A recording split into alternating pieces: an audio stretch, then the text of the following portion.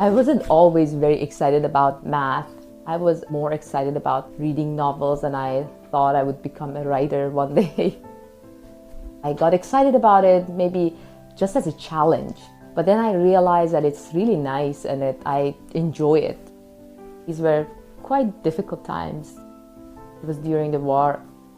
Right after the war, I had a lot of opportunities. I went to a very good middle school and then high school. I think I was the lucky generation because I was a teenager when things became more stable.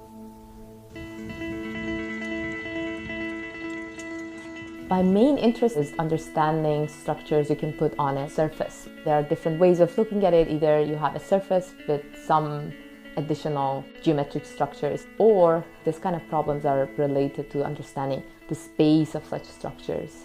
One very famous example is if you have a billiard table and you start from a point and you hit the ball and it hits the boundaries and it moves, say, forever, you want to see the trajectory of the ball.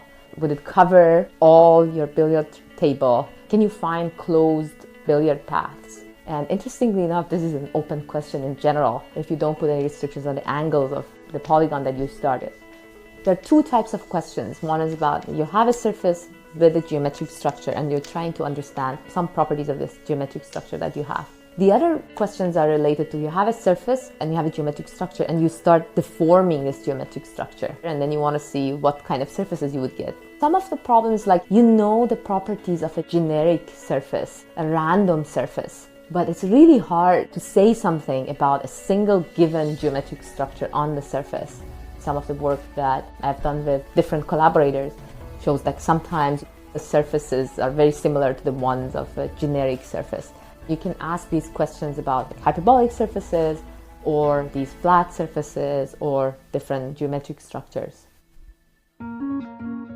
I think these problems are important because they are related to some other problems.